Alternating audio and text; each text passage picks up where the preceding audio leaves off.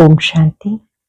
आज 14 नवंबर 2025 के साकार मधुर महावाक्य है। आज की मधुर मुरली में बाबा ने याद की यात्रा का महत्व समझाया। इस याद की यात्रा से आप बहुत ऊंच से ऊंच बनते हो। इस याद की यात्रा में ही तुम्हें मस्त रहना है। उठते बैठते चलते फिरते भी आप याद की यात्रा पर हो। आपकी बुद्धि ऊंचे से ऊंचे घर में निरंतर लगी रहे। जैसे कि मैं आत्मा परम धाम से यहाँ पर पार्ट बजाने आई हूँ। जिन्हें ये स्मृति रहती है उनकी बुद्धि यहाँ से उपराम हो जाती है। बाबा ने बहुत सुंदर शब्द आज दिया। ये याद की यात्रा जैसे कि रूहानी फांसी है। आप निरंतर इस पर लटके रहो। इस याद की यात्रा से आत्मा पावन बनती है। इस याद की यात्रा से विकर्म विनाश होते हैं। बाबा आए ही हैं बच्चों को ज्ञान योग सिखाने के लिए।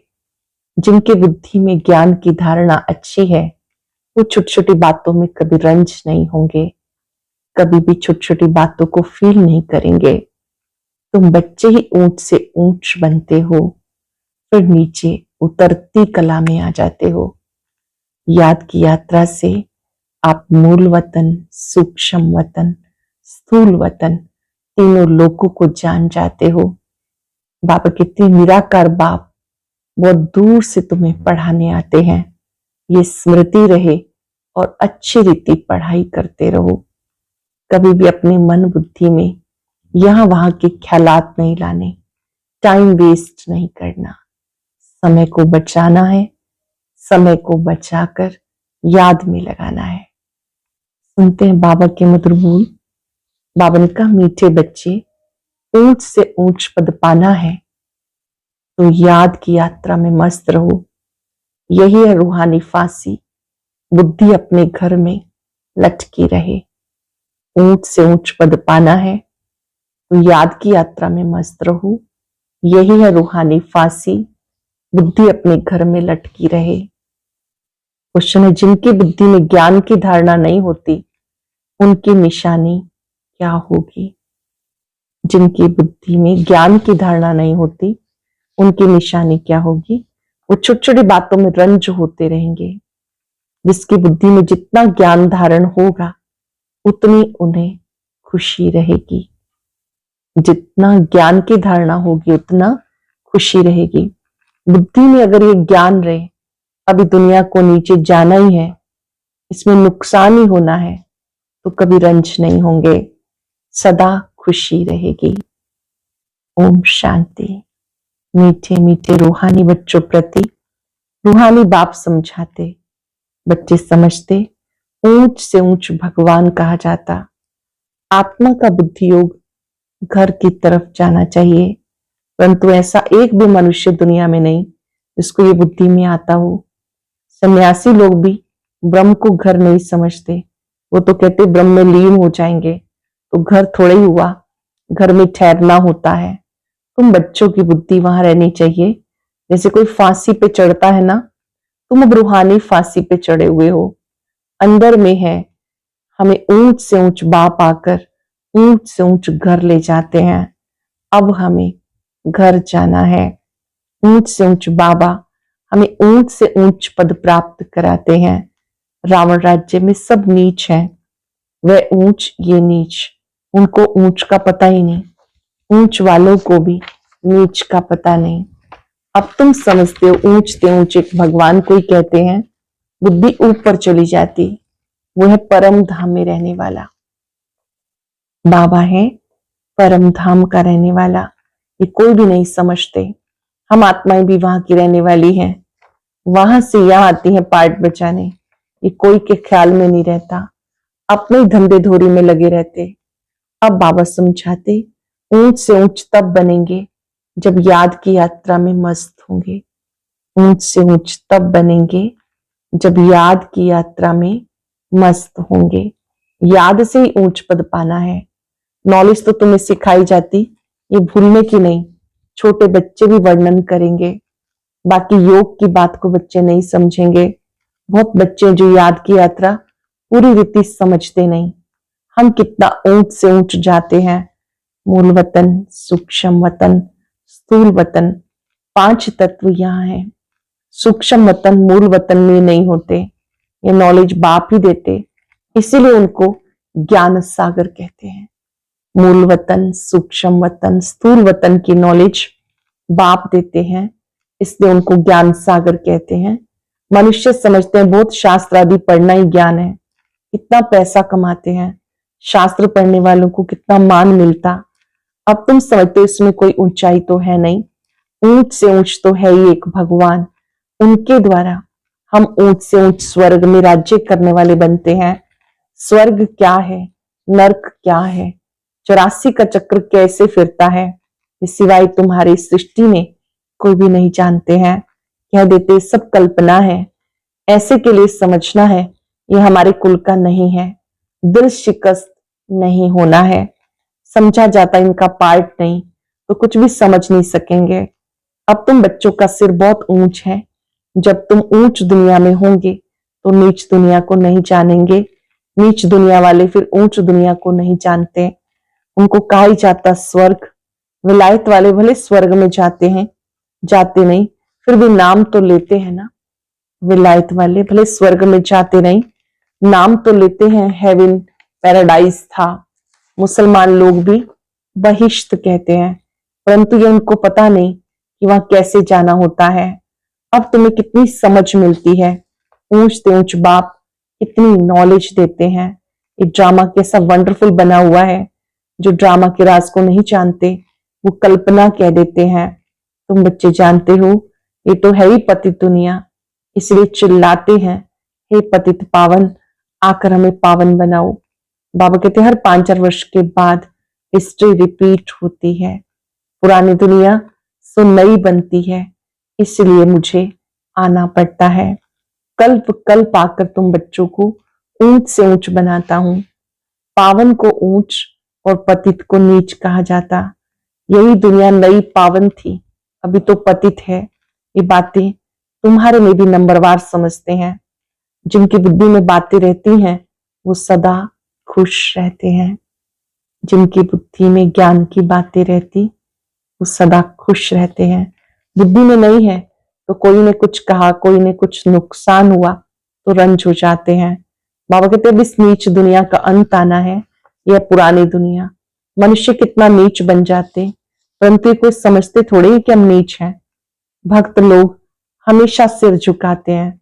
नीच के आगे सिर झुकाना थोड़ा ही होता, पवित्र के आगे सिर झुकाना होता है। सत्युग में कभी ऐसा नहीं होता, भक्त लोग ही ऐसा करते हैं। बाप तो ऐसा नहीं कहते कि सिर झुका के चलो, नहीं, ये तो पढ़ाई है।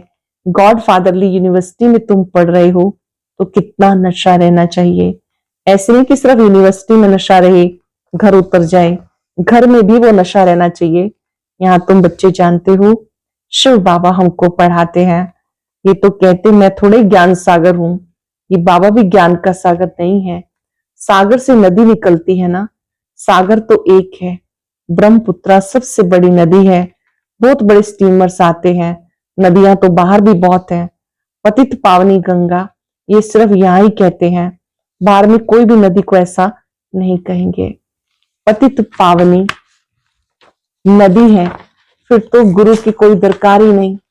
नदियों में तालाब में कितना भटकते हैं, कहा तो तालाब ऐसे गंदे होते जो बात मत पूछो।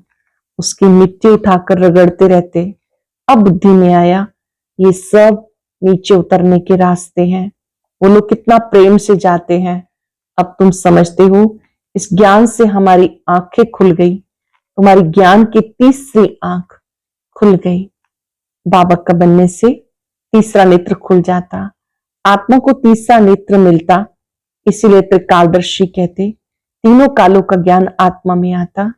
आत्मा तो बिंदी है, उसमें नेत्र कैसे होगा, इस समझने की बातें हैं। ज्ञान के तीसरे नेत्र से तुम त्रिकालदर्शी त्रिलोकी नाथ बनते हो, नास्तिक से आस्तिक बनते हो। आगे तुम रचयिता और रचना के आदि मध्यंत को नहीं जानते थे। आगे तुम रचयिता और रचना को नहीं जानते थे, अब बाप द्वारा रचना के आदि मध्यंत को जानने से तुम्हें वर्षा मिल रहा है। ये नॉलेज है, हिस्ट्री ज्योग्राफी भी है, हिसाब किताब है ना। अच्छा तीखा बच्चा तो हिसाब करे, अच्छा तीखा बच्चा हो तो हिसाब करे हम कितने जन्म लेते हैं। इस हिसाब से और धर्म वालों ने कितने जन्म लिए। बाबा कहते इन बातों में जास्ती माथा मारने की दरकार नहीं, टाइम वेस्ट हो जाएगा। यहाँ तो सब भूलना होता है, ये सुनाने की दरकार नहीं। तुम तो रचता बाप की पहचान देते हो जिसे कोई भी जानते नहीं। शिव बाबा भारत में आते हैं, जरूर कुछ करके जाते हैं, तब तो जयंती मनाते हैं ना। गांधी अथवा कोई साधु आदि होकर गए, उनकी स्टैंप बनाते हैं, फैमिली प्लानिंग की स्टैंप बनाते हैं। अब तुमको नशा है, हम पांडव गवर्नमेंट है, आलमाइटी बाबा की गवर्नमेंट है, तुम्हारा एक कोटा फार्म्स है और कोई इस कोटा फार्म्स को नहीं जानते। तुम समझते हो विनाश काले प्रीत बुद्धि हमारी है। चेक करना है क्या मैं प्रीत बुद्धि हूं। इस अंतिम समय में विनाश काले प्रीत बुद्धि होना बहुत जरूरी है। विनाश काले प्रीत बुद्धि हमारी है। बाप को हम बहुत याद करते हैं, बाप को याद करते करते प्रेम में आंसू आ जाते। बाबा आप हमें आधा कल्प के लिए सब दुखों से दूर कर देते हो, और कोई गुरु व मित्र संबंधी आदि किसको भी याद करने की दरकार नहीं। एक बाप को याद करो और किसी को याद नहीं करना। सवेरे का टाइम बहुत अच्छा है। बाबा आपकी तो कमाल है, आप 5-4 वर्ष के बाद हमें जगाते हो। सब मनुष्य मात्र कुंभकर्ण की आसुरी नींद में सोए हुए हैं, अर्थात अज्ञान अंधियारे में हैं। अब तुम समझते हो भारत का प्राचीन योग तो ये है। बाकी जो भी इतने हठ योग आदि सिखाते वो सब एक्सरसाइज, शरीर को तंदुरुस्त रखने के लिए। अब तुम्हारी बुद्धि में सारा ज्ञान है तो खुशी रहती है। यहाँ आते हो, समझते हो बाबा रिफ्रेश करते हैं। कोई तो यहाँ रिफ्रेश हो बाहर निकलते वह नशा खलास हो जाता। नंबरवार तो है ना। बाबा समझाते ये है पतित दुनिया, बुलाते हैं पतित पावन आओ, लेकिन अपने को पतित समझते थोड़े ही हैं, इसलिए पाप धोने जाते हैं। लेकिन शरीर को थोड़ा ही पाप लगता। बाप को आकर तुम्हें पावन बनाना होता है। बाप कहते माम एकम याद करो तो विक्रम विनाश होंगे। ये ज्ञान तुम्हें अभी मिला। भारत स्वर्ग था, अब नरक है। तुम बच्चे अब संगम पर हो। कोई विकार में गिरते हैं तो फेल होते हैं, इस नरक में जाके गिर पड़ते, 5वीं मंजिल से गिर पड़ते, फिर 100 गुना सजा खानी पड़ती। तो बाबा समझाते भारत कितना ऊंच था और अब कितना नीच बन गया। अब तुम कितना समझदार बनते हो, मनुष्य कितने बेसमझ हैं। बाबा तुम्हें कितना नशा चढ़ाते हैं, फिर बाहर निकलने से नशा कम हो जाता है, खुशी उड़ जाती है। स्टूडेंट कोई बड़ा इम्तिहान पास करते तो कभी नशा कम होता है क्या? पढ़कर पास होते हैं फिर क्या क्या बन जाते हैं। अब देखो दुनिया का क्या हाल है। तुम्हें ऊंच से ऊंच बाप आकर पढ़ाते, सो भी निराकार है। तुम आत्माएं भी निराकार हो और यहाँ पार्ट बजाने आई हो। ये ड्रामा का राज बाबा समझाते। ये सृष्टि चक्र को ड्रामा भी कहा जाता। उस नाटक में कोई बीमार पड़ते हैं तो निकल जाते हैं। यह बेहद का नाटक यथार्थ रीति तुम बच्चों की बुद्धि में है। जानते हो हम यहाँ पार्ट बचाने के लिए आते, हम बेहद के एक्टर्स हैं। यहाँ शरीर लेकर पार्ट बचाते। अब बाबा आया हुआ है, ये बुद्धि में याद रहना चाहिए। इस समय बाबा आया हुआ है, ये बात याद रहनी चाहिए। बेहद का ड्रामा बुद्धि में रहना चाहिए। बेहद विश्व की बादशाही मिलती है, उसके लिए पुरुषार्थ भी कितना अच्छा करना चाहिए। ग्रस्त व्यवहार में भले रहो लेकिन पवित्र रहो। घर गृहस्थ में रहते भी पवित्र रहो। विलायत में से बहुत हैं, जब बूढ़े होते हैं तो कंपेनियनशिप के लिए शादी करते हैं, संभालने के लिए फिर विल करते हैं, कुछ उनको कुछ चैरिटी को। विकार की बात नहीं रहती। आशिक माशुक भी विकार के लिए फिदा नहीं होते, जिस्म का सिर्फ प्यार रहता। तुम हो रूहानी आशिक, एक माशुक को याद करते हो। सब आशिकों का एक माशुक है, सभी एक को याद करते हैं। वो कितना शोभनिक है, फील करेंगे। सब आशिकों का एक माशूक है। वो कितना शोभनीक है, परम सुंदर है, परम सत्य है। बाबा कहते हैं, आप जिसको जानते हो आत्मा गोरी है ना, वह एवर गोरा। तुम तो सांवरे बन गए हो, तुम्हें वह सांवरे से गोरा बनाते हैं। ये तुम जानते हो बाबा हमें गोरा बनाते। यहाँ बहुत हैं जो पता नहीं किस किस ख्यालात में बैठे रहते हैं। यहाँ बैठे हैं, मुरली चल रही है, बुद्धि बाहर भटकती रहती है, ऐसे बहुत है और ख्यालात में बैठे रहते।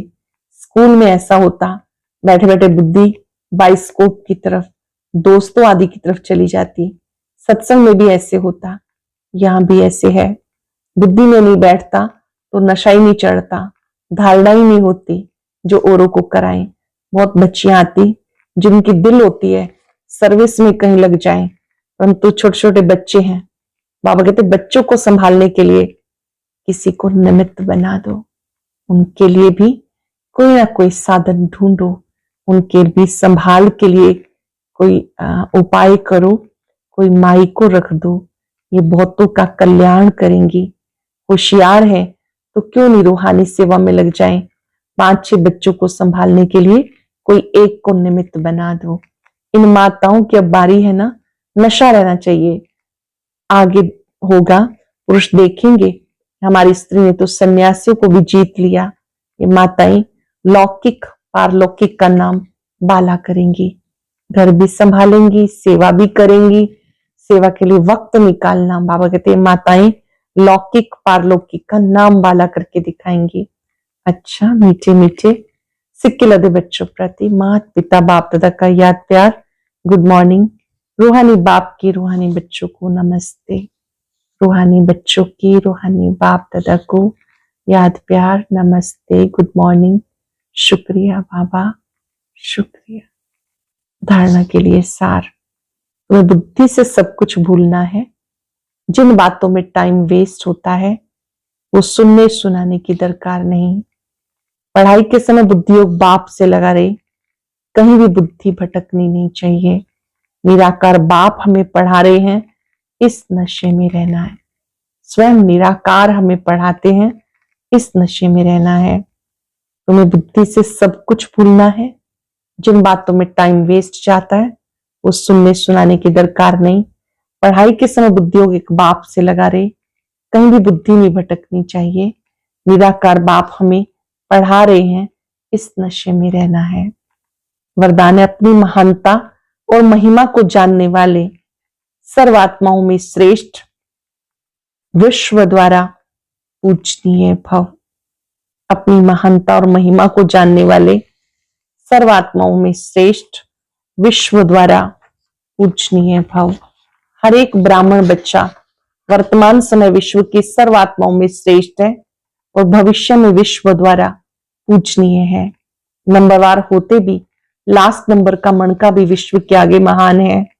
आज तक भक्त आत्माएं लास्ट नंबर के मणके को भी आंखों पे रखती हैं, क्योंकि सभी बच्चे बाप दादा के नैनों के तारे हैं, नूरे रतन है। इसने एक बार भी मन से सच्चे दिल से अपने को बाबा का बच्चा निश्चय किया, डायरेक्ट बाप का बच्चा बना, उसे महान व पूजनीय बनने की लॉटरी का वरदान मिल जाता है। इसने निश्चय किया मैं बाबा का बच्चा हूं, नूरे रतन हूं, तो ऐसे बच्चे पूजनीय बन जाते हैं, उन्हें ये लॉटरी मिल जाती है। एक बार भी मन से सच्चे दिल से अपने को बाबा का बच्चा निश्चय किया, डायरेक्ट बाप का बच्चा बना, उसे महान व पूजनीय बनने की लॉटरी वरदान मिल ही जाता है। आज का स्लोगन है, स्थिति सदा खजानों से संपन्न और संतुष्ट रहे तो परिस्थितियां बदल जाएंगी। अव्यक्त इशारा, अशरीरी व विदेही स्थिति का अभ्यास बढ़ाओ। बाप दादा अचानक डायरेक्शन दे रहे हैं, इस शरीर रूपी घर को छोड़, देहाभिमान की स्थिति को छोड़, देही अभिमानी बन जाओ।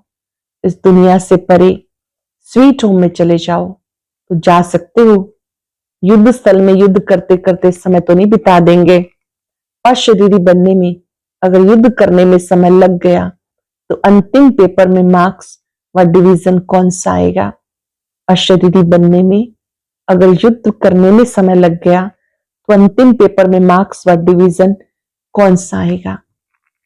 आज हम सब दिल से बाबा का शुक्रिया करते रहेंगे जिन्होंने हमें वरदान दिया, श्रेष्ठ पूजनीय बनाया। बाबा की दिल से महिमा करते रहेंगे। इन स्मृतियों के साथ हमें महिमा योग्य बनाने वाले बाबा, आपका शुक्रिया।